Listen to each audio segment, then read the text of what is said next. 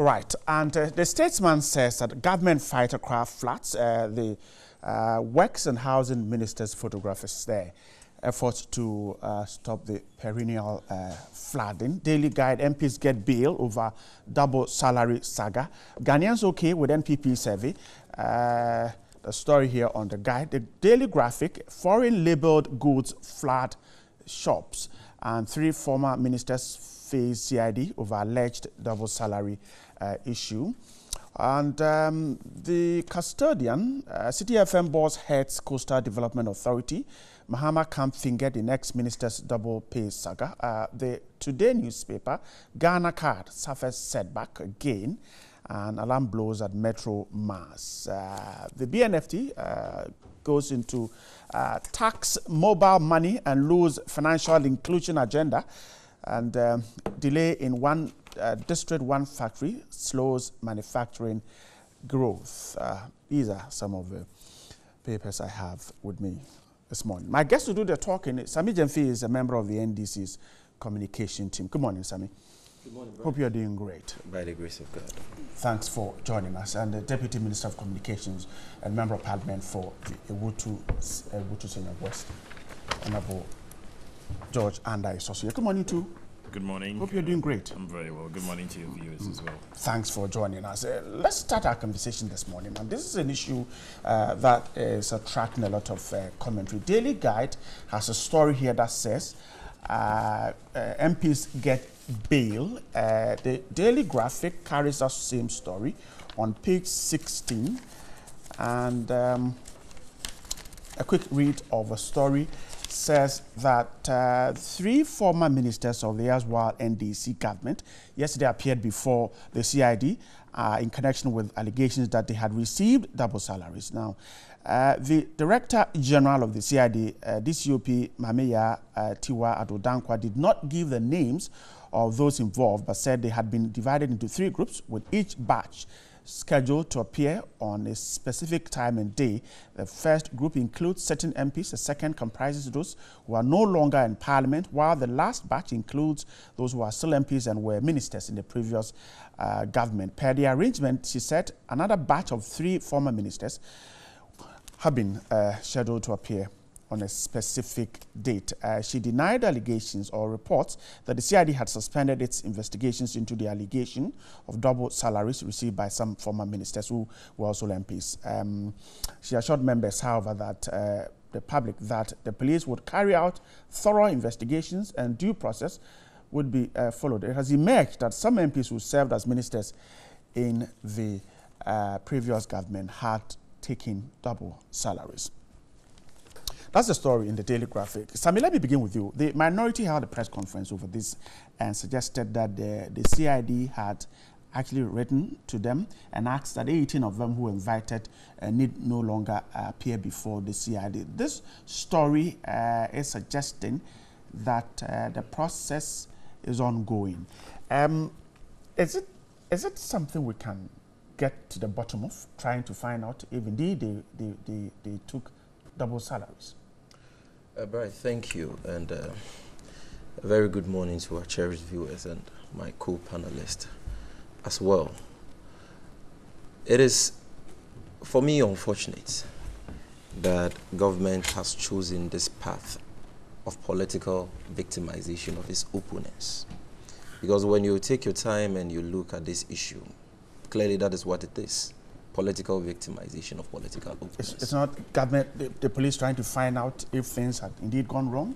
Not at all. This is nothing but a witch hunt agenda meant to cow the minority caucus into silence. That is what it is.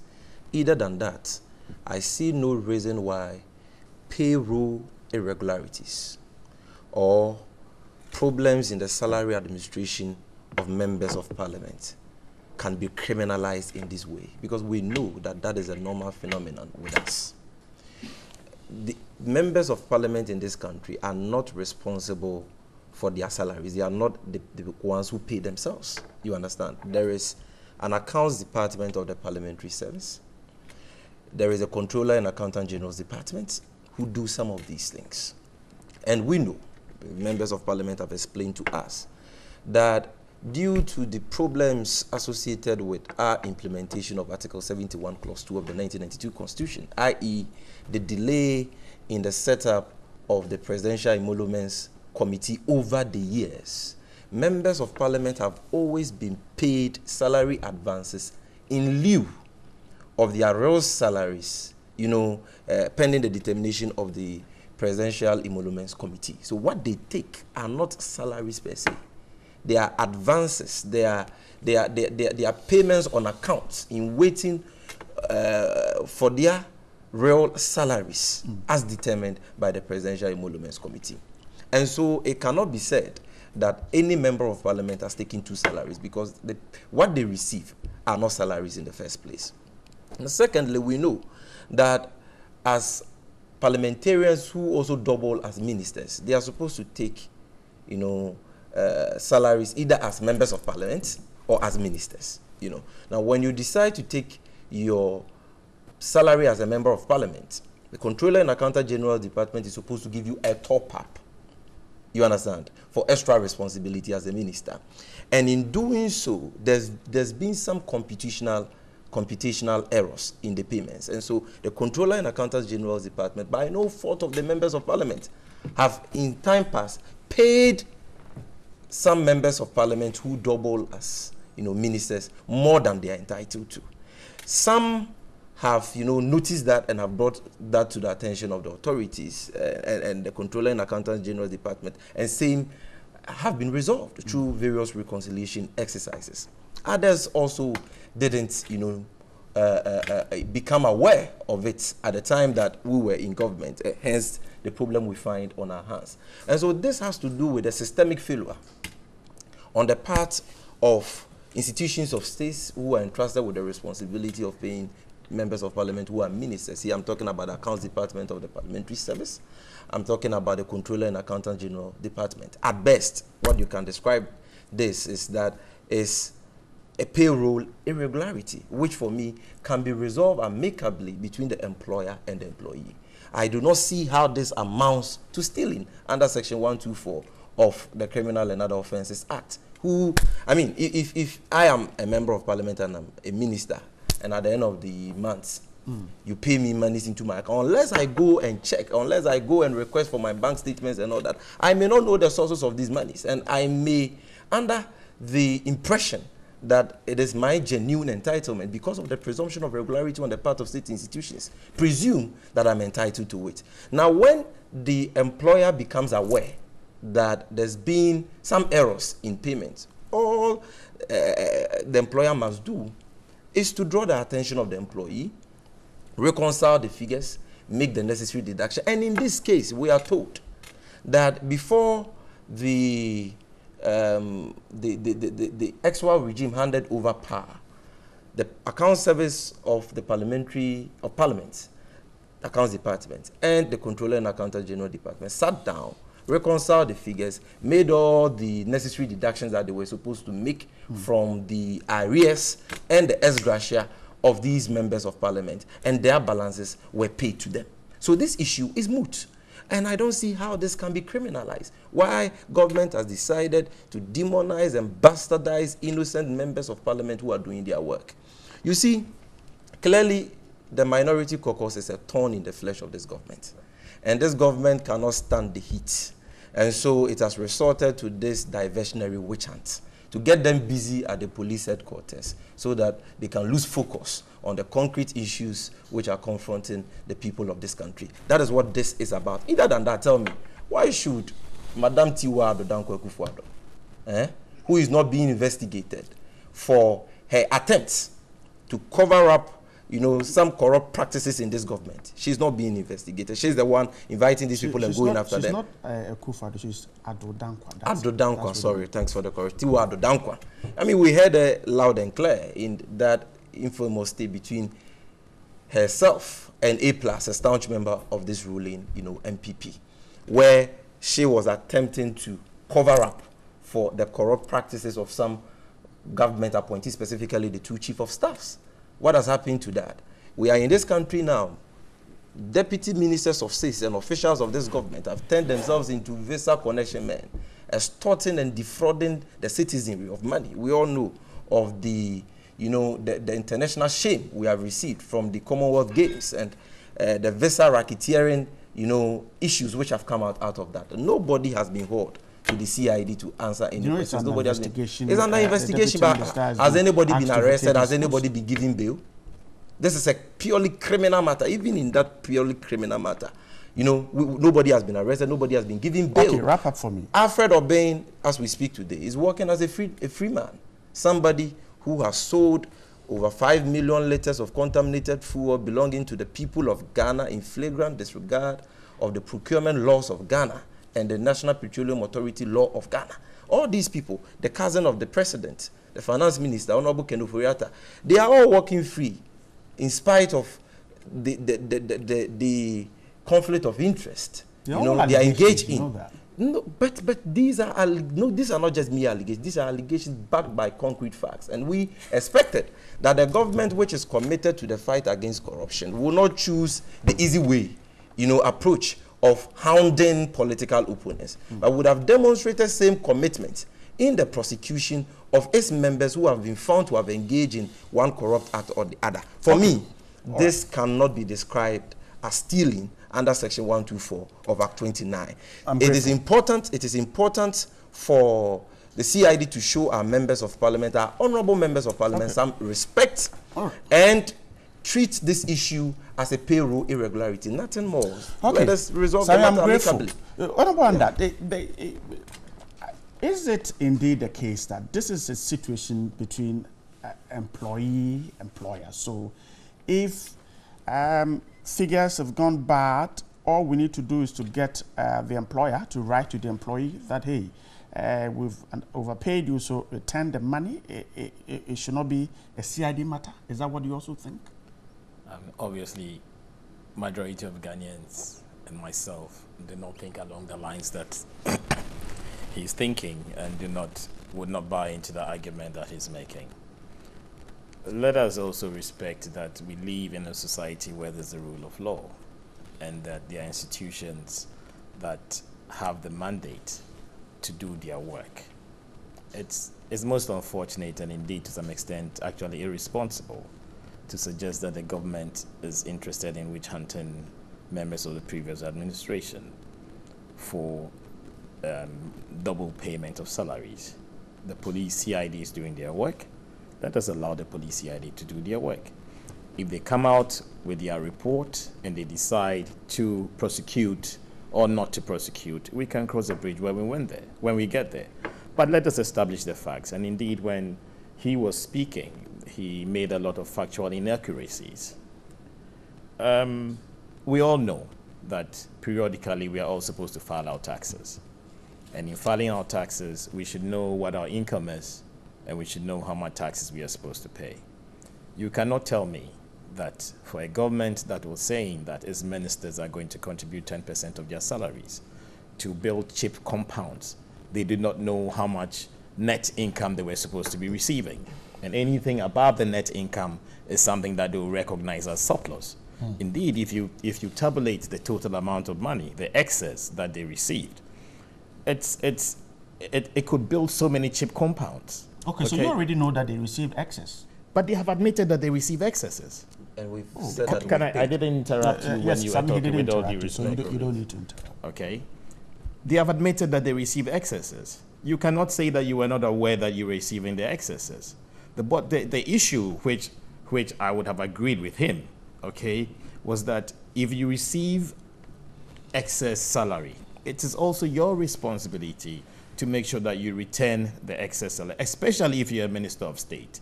If you're somebody that has sworn an oath to protect the public purse, if you're somebody that you have sworn an oath to serve the Republic of Ghana, if you receive excess salary, it's your responsibility as well to return it. And listen, when we talk about ghost names and all these things, okay, why is it that we are saying that we should punish those that are receiving salaries, the ghost names and stuff, but you think that it is wrong for the CID to investigate a situation like this, and then you say that it is witch hunting?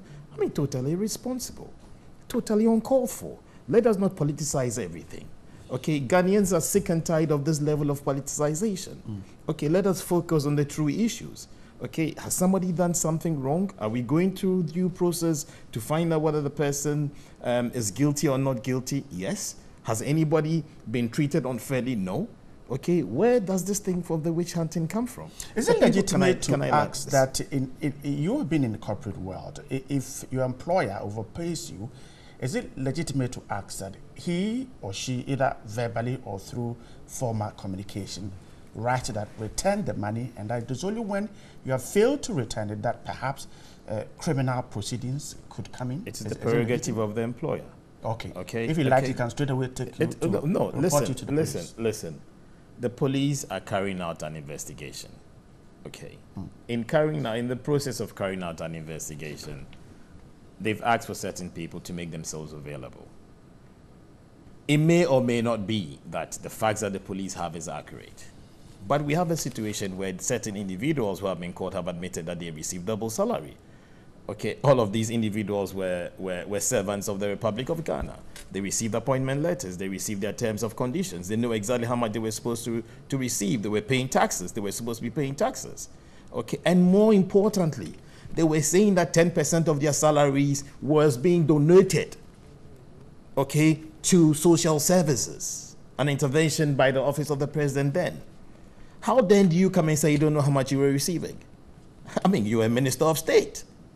It's irresponsible. It's not acceptable.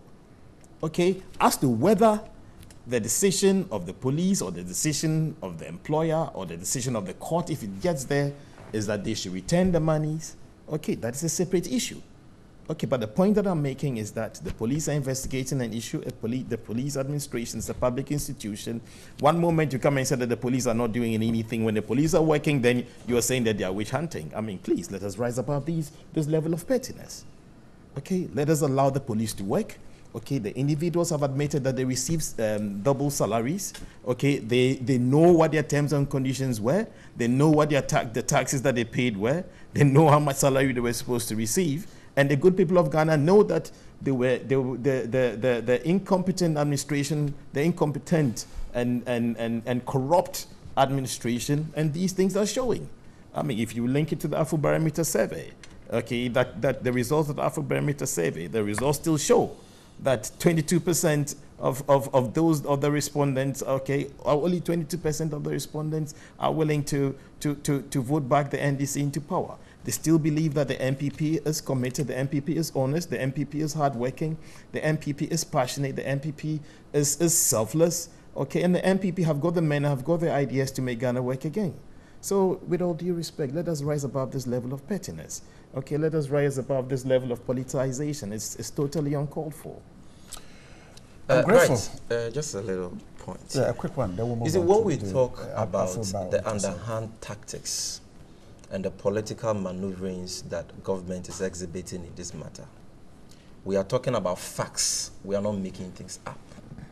You would recall that this allegation of MPs taking double salaries was first made by Honorable Kennedy Japan on television. Kennedy Japan a member of government? Even before, please, I think you said I shouldn't interrupt you. I think you said I shouldn't interrupt you. You have your time. I think you said. Let's stick to your rules. We all have a stake at this. No, come on. Okay, if you allow people to go. When he's talking about facts, you want to moderate the program. When he's talking about facts, you cannot come and say that the facts that the government is doing something like this. To make his point, I'll get you the chance to react. It's not just about making his points, but you're also the moderator. He's talking about facts. Yes. Okay, how can you say that it's a fact that the government is witch hunting? No, I have not said that. No, but that's what he's saying. You're not allowing him. You're not putting him. You're not stopping him. No, and that's why I'm interjecting. No. Right, can I continue? Please. Because I think that this I have not heard him say that. He was talking about. So let him start. Let him If there's any reaction, I'll get you the chance to react. What he must understand is that we are all entitled to our opinions. He's but you're not entitled to lie and you've tell us. You've sat here and told blatant lies, and I've kept quiet because I respect your opinion. Tell me so one. Please, tell me one lie. Please. No, don't tell me. He's, no, he's accused you are me not of the telling moderator. lies. I think that you should respect the authority of the moderator. You've accused me of telling telling lies. to make Tell my me point. one You lie. Let me understand? take a quick break. Tell me You're one so lie. with us right. on Tell the me one lie. review Come on, on this New is not fair. You gave me Day. the We're coming back to you on the issue of the MP salaries. We'll take a quick break. We'll come back.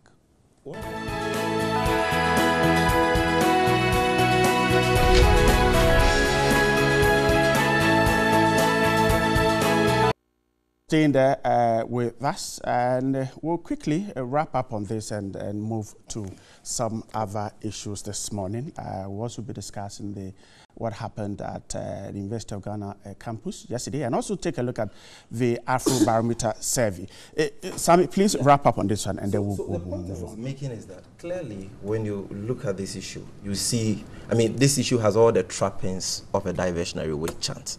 This allegation was first made by Honorable Kennedy Japan. We saw how the Daily Guide newspaper pronounced judgment on this matter even before the members of parliament consent receive invitations The minority from said the they were CID. suing the Daily Guide.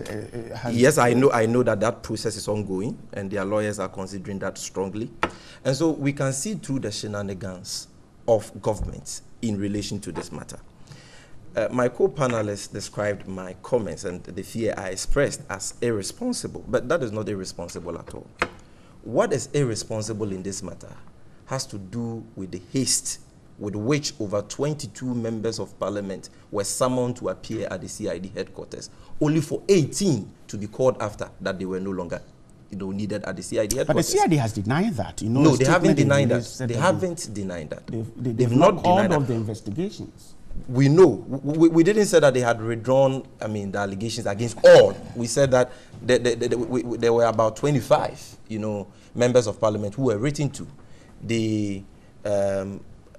About 18 of them had their invitations withdrawn. I don't know whether the likes of Honorable Lokujetu Ablaka, who were specifically called and asked not to appear at the CID headquarters again, have been re-invited. That is not the case. So clearly, if you look at the haste and the rush with which this invitation was done, you look at what Daily Guide has done in relation to this matter, how it has called members of parliament names and has sought to pronounce judgment on them even before we begin this investigative process. You look at the kind of things Honorable Kennedy Japan came and how he sought to direct the CID and all that. It is clear that there is a big hand somewhere which is controlling the police in this matter. Now, on this issue of some members of parliament have conceded that they took double salaries. I don't know any member of parliament who has conceded that he or she took double salary. What they have said is that what they receive as members of parliament are payments on account, and that those monies are not salaries. That is one thing they've said. Two, what they have said that for those of them who received excesses, before the end of the seat parliament, the Controller and Accountant General Department and the Accounts Department of Parliament reconciled the figures and made all those necessary deductions from their arrears and their ex gratia. And so they actually received less than they were actually entitled to. So for them, the issue is moot because it has already been cured. And also this this issue of they cannot claim that they were oblivious of the fact that they had received payment in excess because they paid taxes and 10% of their salaries were being deducted for social projects and all that. Come on, the taxes they pay, the income taxes are deducted from source. That's number one. The 10% contributions are deducted from source. You don't receive the money, withdraw the cash, and go and pay 10%. And so it is still possible that some members of parliament, had glossed over some of these excesses. What we are saying is that even if some problems occurred, this is a strictly employer-employee payroll irregularity, which can be resolved by the Auditor General, the Controller and Accountant General's Department, and the Accounts Department of Parliament. It must not be criminalized, and political opponents must not be hounded the way they are being hounded by this government. Okay. That is the point we are making. I'm grateful for your time. Yes, you can respond. I think that we should respect the fact that we live in a country that is governed by laws. We should respect the fact that institutions of state have a mandate backed by laws to do their work. And indeed, that every citizen has his or her rights. The police CID are carrying out an investigation. Let us wait for the outcome of the investigation. In the meantime, the information that is out there seems to suggest that certain members of parliament who doubled as ministers of state in the previous administration were collecting double salary. Some of them are supposed to have said that it is true. However, they were not aware that they were collecting double salary at that time.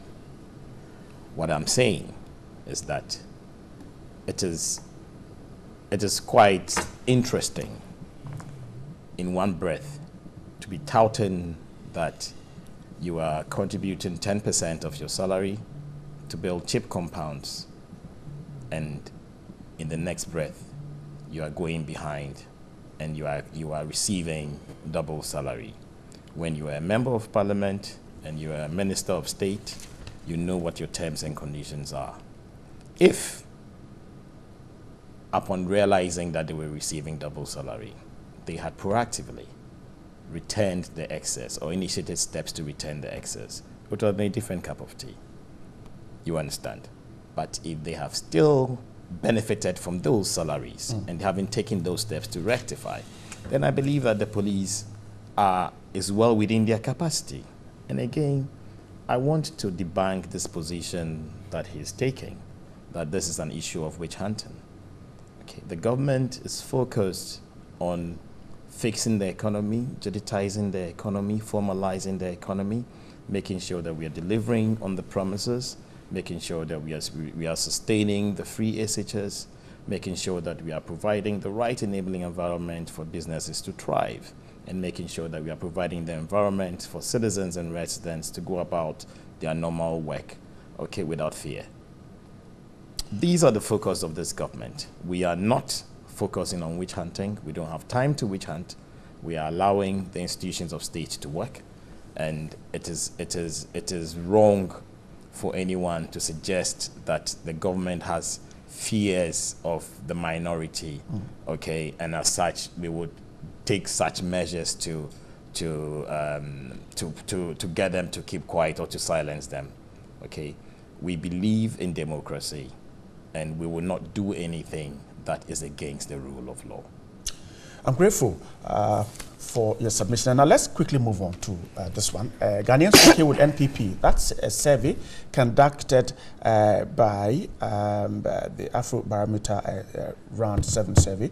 That's a Pan-African non-partisan research network that conducts public attitude surveys on democracy, governance, economic conditions, and other related issues. Now, it says that nearly 50% of Ghanaians in a recent survey expressed their satisfaction with the Akufo-Addo-led administration and reiterated their commitment to vote to retain the party in power if elections are held tomorrow.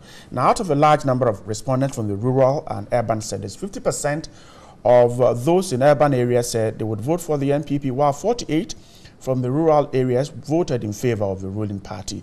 The NDC's vote in urban centers, 17%, and the rural areas, 27%. That's what the survey is reporting. CDD was in charge of this survey. Honorable Jojanda, let me start this conversation with you. This is something that will push government on the path it has taken as far as its 4-year mandate is concerned.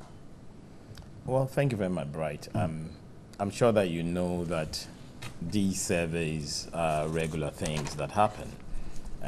It enables government, or for that matter, an opposition or any institution, to get certain insights, to be able to either continue doing things that are good, right, or to do a stop and think, analyze, and chart a new course to be able to connect with the aspirations of the electorate. It's good that we have this number of Ghanaians who are respondents acknowledging the good works of the MPP. It's good that we are realizing that this number of respondents do find that the MPP administration so far is delivering on its promises. They realize that the MPP is competent, is disciplined, is intelligent, is selfless, okay? And they recognize the efforts that are being put by His Excellency President Nana Addo Dankwa Akufo-Addo and his team to make sure that we can get to a Ghana, or we are moving to a Ghana beyond aid. We are looking at building a new Ghana, and this is what our focus of this administration is. On the flip side, with all the noise that is being made on the other side, we realize that it's only 22% of the respondents that are willing to vote for the NDC and return them into power. Now, even though this is exciting for us, it doesn't mean that we should be complacent, okay?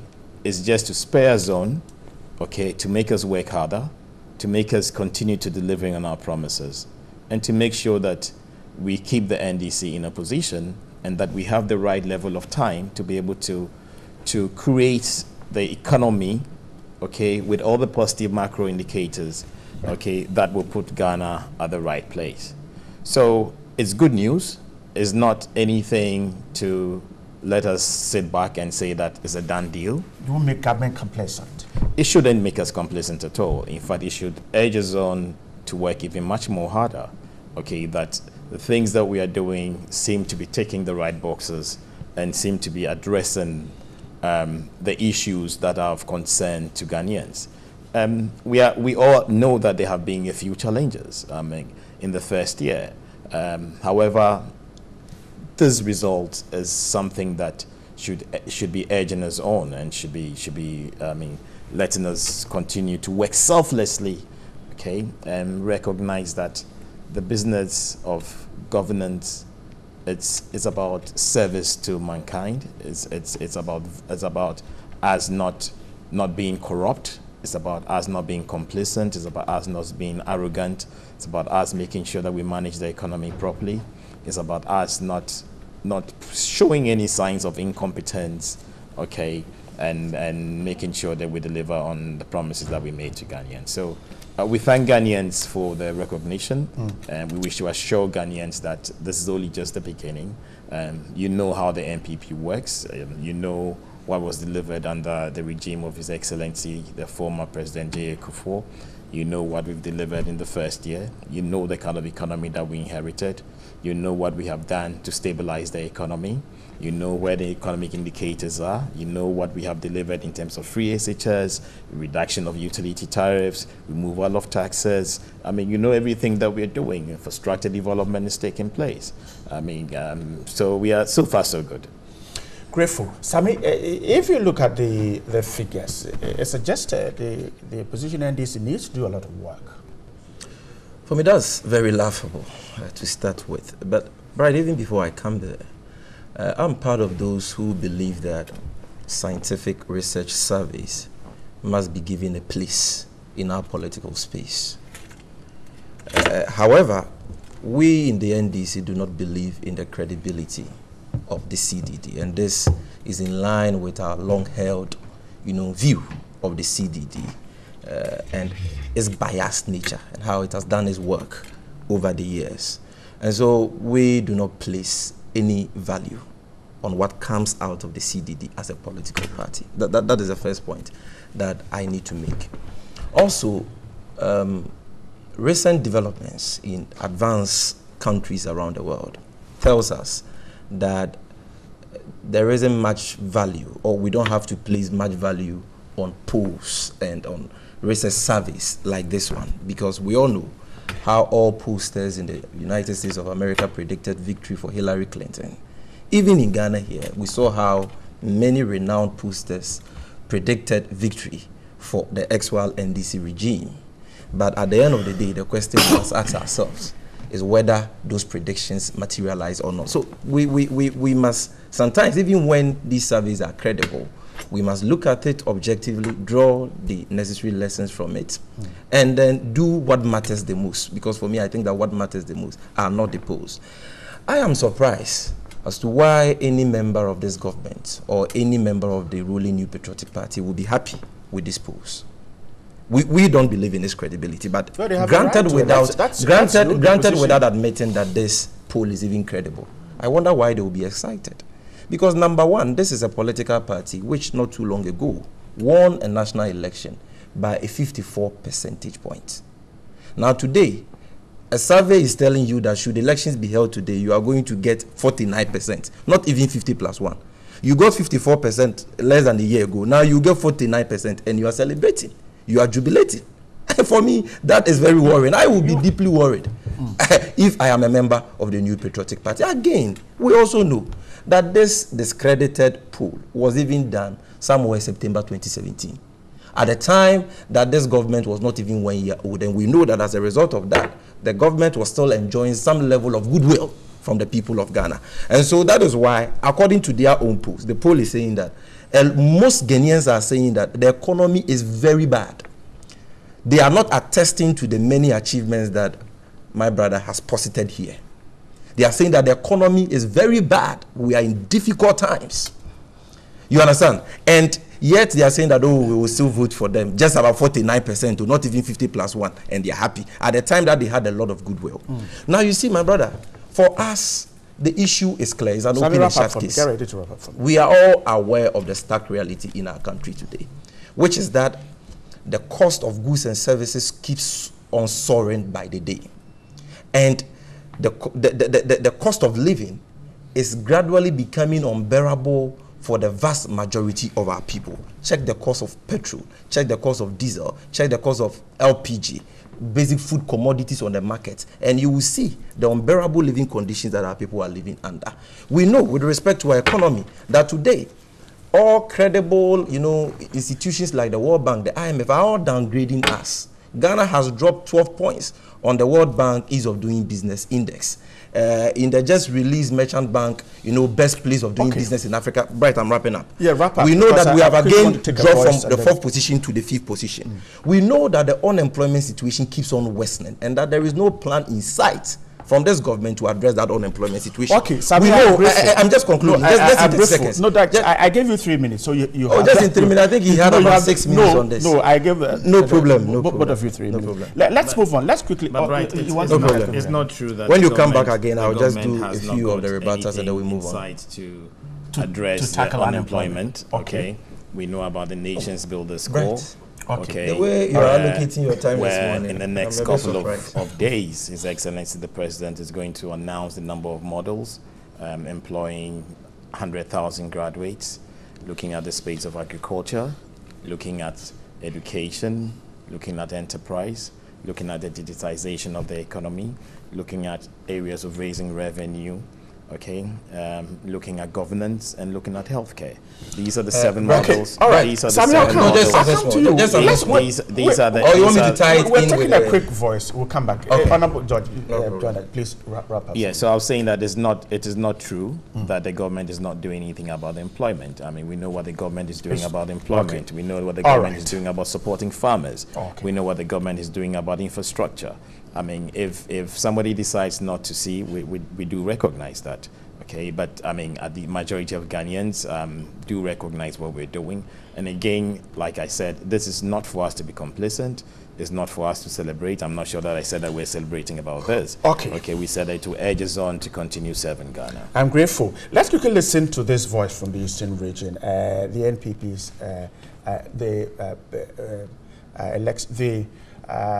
voice of Mr. Stephen Team that is being in the public domain quickly, and then we'll talk about it to wrap up the conversation. Chairman Mahama, Edini right? Chairman Adams Mahama, the grand and Maho, I can say be a salad party, you may be free national. That's a mobile community. I'm a civil here. Am I? And Toya Swan. What's that? We will consider you high among others. Thank you. Yo, Chairman. And we don't get someone because of the people. But in answer, that affects young chances, because, like you rightly pointed out, when 2 elephants fight, there's a grass that suffers, and that's the party. Now, rebel, say nipa be you know as sacrificing for another person. For this seat, I will be an team never win. Na nipa ba continue to say e yo worry, mo too more worry mo. Na say me bibia, make am go in na ebo. 2 days. Nobody has ever refunded anything to me. You know, me China we could deal and not which. Can I support to Allah? But let Bansan, the child be able to deal with yeah. Primary no man, more winning. As a general relations, we send him who or my settler communities project, Shema of the head president.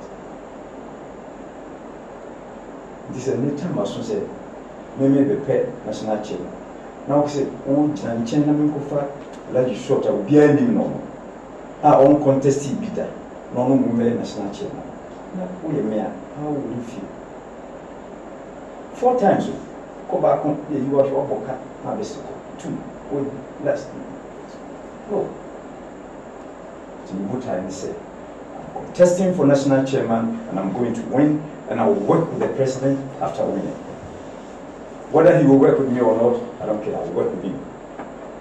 When you are not my winning, say silver cup any, I'm coming to work for you, then I'm going. That is what I will do. I'm not going to fight my president, but I have to win this election. Because that is my lifelong political ambition. Right, so that's a chairmanship contest of the NPP. One of the contestants, Mr. Stephen Tim there, a voice that has been making rounds here, suggesting that he's been put under pressure to for him to step down for another contestant. That's what the translation of the chief voice. He said he's ready to work with the president even if he wins, and we'll go to him and tell him that he's here to work with him. Honorable George Anda, is it the party's position that some people are being asked to step down for others? Well, Bright, I believe that you know that the NPP is a party that believes in eternal democracy. And on a lighter note, you do recall that there was even a time that there were 17 people that were contesting for the flagship position, or for the flag bearership position. So it's obviously doesn't wash to suggest that there's some underhand pressure asking people that have shown intentions to serve the party to step down. On the flip side, it is normal during a political campaign for camps to negotiate with each other, for people to talk to others, I mean, for some kind of measures and consolidations of teams to happen. But as far as His Excellency the President is concerned, he's somebody that believes in democracy. He's probably one of the strongest people in this country. In the contest. Okay, that believes in democracy, and he believes that the will of the people should be respected, and the people have rights to elect whoever it is that they feel is best placed to lead the party as far as the chairmanship position is concerned. So I mean, I'm not really going to make much of this tape that is being played. Of course, I mean, as far as I'm concerned, the party's position is announced that the contest is open and there are people that are filed and they are contesting. So let it go as that. Some the internal elections and some of these wranglings, perhaps the NDC, which is about to carry out its own elections, is maybe drawing some lessons from this. What could the NDC pick from organizing internal elections that will not see two opposing candidates hating at each other? When it comes to intra-party democracy, we do not draw lessons from the New Patriotic Party at all, because we know them to be very intolerant, very violent, very undemocratic. And so we are not drawing any lessons from them. What is happening, the tape we just listened to, for me is a shame.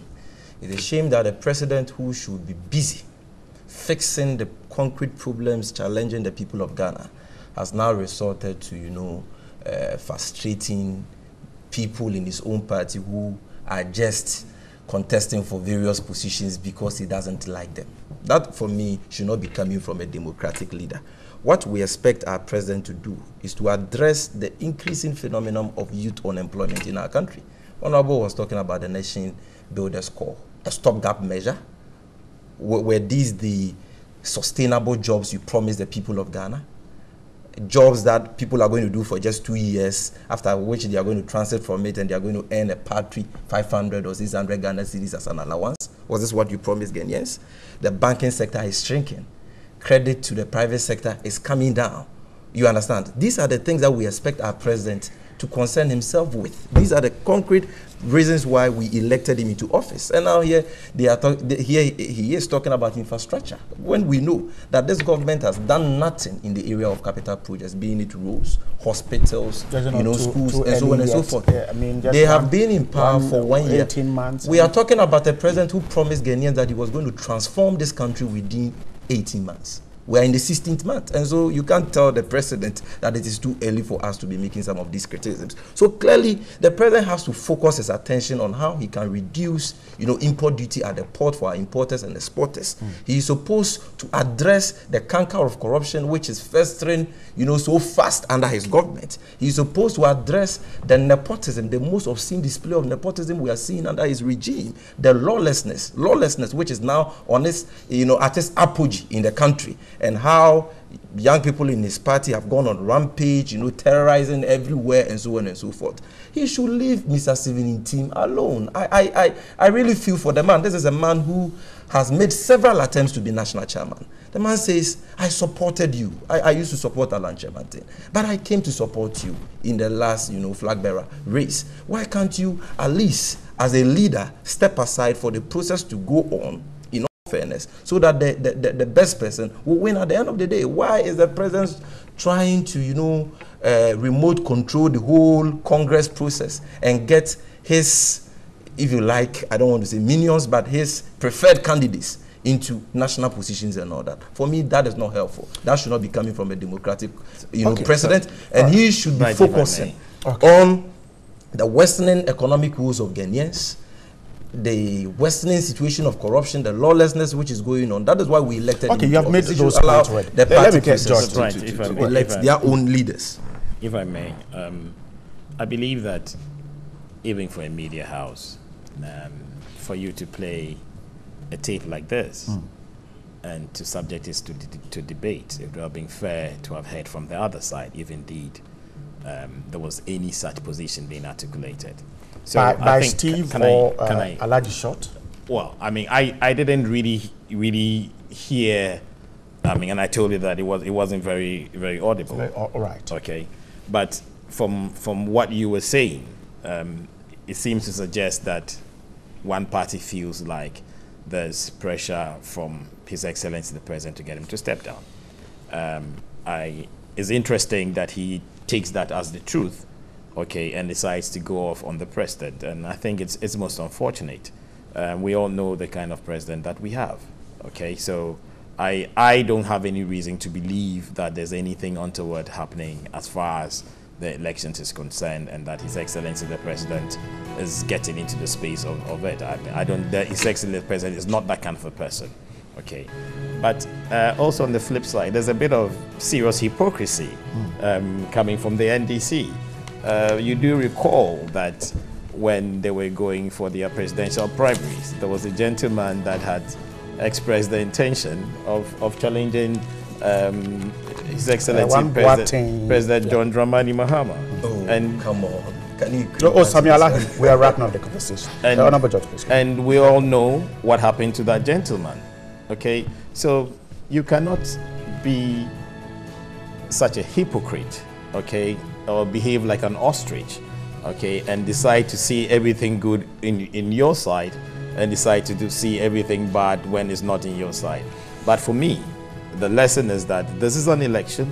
We'll go through the process, the best candidate will win, and the party will come out stronger than ever before. All right. This verdict, right, just in wrap, this is the verdict of 17. We have got nothing to do with this. Sami Kefi is a member of the NDC's communication team. Honorable George Anda is a member of the NPP, a deputy minister and member of parliament for Wutu Senya West. Jan, I'm grateful for your time with that. You send in comments, we'll read them when sports is wrapped up. Stay with us. We're back in a moment.